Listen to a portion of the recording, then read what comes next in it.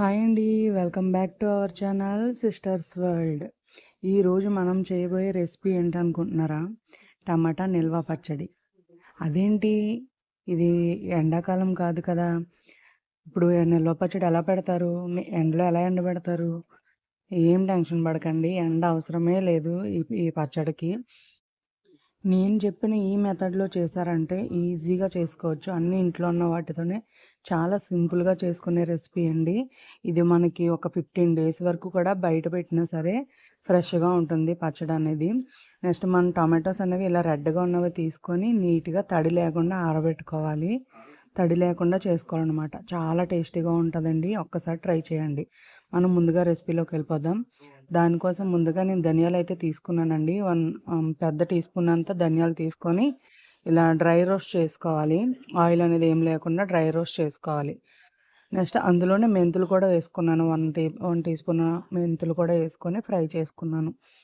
Red colour వచ్చేంత వరకు fry చేసుకొని నీట్‌గా మాడకూడదండి. ఇందులోనే ఉంది మొత్తం అంతా. ఇవి మాడాయంటే మొత్తం పచ్చడంతా చేదొస్తది. నెక్స్ట్ కలర్ కూడా చేంజ్ అయిపోతది. సో, దగ్గరుండి నీట్‌గా ఫ్రై చేసుకోండి. నెక్స్ట్ మీకు కారానికి సరిపడా ఎండుమిర్చి అనేది తీసుకోండి. ఎండుమిర్చి తీసుకొని అవి కూడా డ్రై రోస్టే చేసుకోవాలి. ఆయిల్ అనేది వేయకుండా డ్రై రోస్ట్ చేసుకోవాలి. డ్రై రోస్ట్ తీసుకొని పక్కన పెట్టుకోండి. మీకు కారం సరిపోదు అనుకుంటే మనం ఇందులో పచ్చి కారం కూడా యాడ్ చేసుకోవచ్చు. ప్రాబ్లమ్ ఏం లేదు. కాకపోతే ఎండుమిర్చి వేసుకున్న కారం వేరేలా ఉంటుంది. పచ్చి పచ్చి కారం వేసుకున్న టేస్ట్ వేరేలా ఉంటుంది. మనం 2 మిక్స్ చేయొచ్చు. ఏం ప్రాబ్లం లేదు. సో, నెక్స్ట్ నేను హాఫ్ టీ స్పూన్ అంతా జీలకర్ర వేసి ఫ్రై చేస్తున్నాను. జీలకర్ర చాలా ఫాస్ట్‌గా ఫ్రై అయిపోతుంది. చూసుకోండి, మాడిపోయే ఛాన్స్ ఉంటుంది. సో, నెక్స్ట్ అదే ప్యాన్‌లో నేను ఆయిల్ అనేది వేసుకున్నానండి. టమాటాలు మగ్గించడానికి మాత్రమే 1 టీ స్పూన్ ఆయిల్ మాత్రమే నేను యూజ్ చేశాను. 1 టీ స్పూన్ ఆయిల్ అనేది వేసి మనం నీట్‌గా కడిగి ఫ్రెష్‌గా చేసుకున్నాం కదా! టమాటాలు అనేది కట్ చేసి పక్కన పెట్టుకున్నాం కదా నీట్‌గా. తడి అనేది లేకుండా టమాటాలకి కట్ చేసుకొని పక్కన పెట్టుకున్నాం. ఎందుకంటే టమాటాలకి ఆల్రెడీ వాటర్ ఉంటుంది. సో, తడి అనేది ఎక్కువ ఉండకూడదు మనకి ఇందులో. ఇవి మనకి ఆయిల్‌లో మగ్గుతూ ఉంటాయండి. ఇవి మగ్గుతున్నప్పుడే సగం మగ్గిన తర్వాత ఇందులోకి ఒక నిమ్మకాయ సైజ్ అంతా చింతపండు అయితే నేను యాడ్ చేశాను. ఇది నేను తీసుకునేది 1 కేజీ టమాటా తీసుకున్నాను. కేజీ టమాటాకి నాకు ఒక 50 గ్రామ్స్ వరకు చింతపండు అయితే పడిందండి. మనకు ఆ బొట్టలు, చింతపిక్కలు లేకుండా చూసుకొని నీట్‌గా తీసుకొని చింతపండు అనేది యాడ్ చేసుకోవాలి. నెక్స్ట్ కొంచెం అంత సాల్ట్ అనేది యాడ్ చేసుకున్నానండి నేను.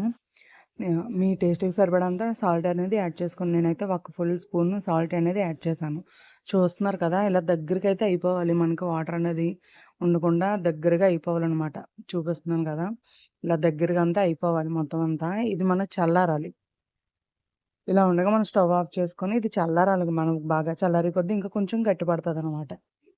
నెక్స్ట్ మనం ముందుగా ఫ్రై చేసి పక్కన పెట్టుకున్నాం కదా ఇంగ్రీడియెంట్స్, అవన్నీ మిక్సీ జార్‌లో వేసుకొని ఒక వెల్లుల్లి, పచ్చి వెల్లుల్లి డైరెక్ట్‌గా వేసుకోండి. వేసుకొని ముందు మిక్సీ ఆడుకోండి.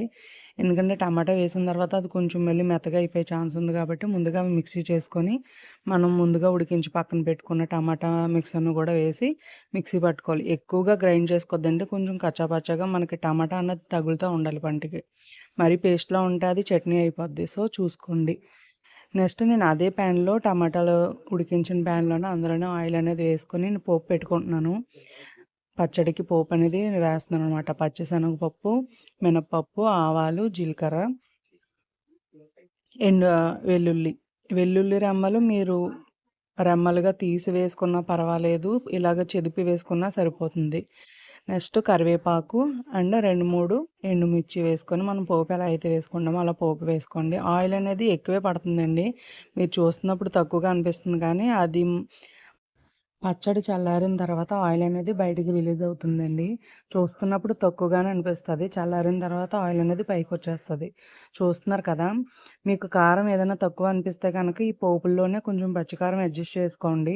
తర్వాత ఎక్కడ యాడ్ చేయడానికి అవ్వదు. సో, పోపుల్లోనే పోపు వేపినప్పుడే పచ్చికారం కూడా వేపేస్తే మంచి కలర్ కూడా వస్తది.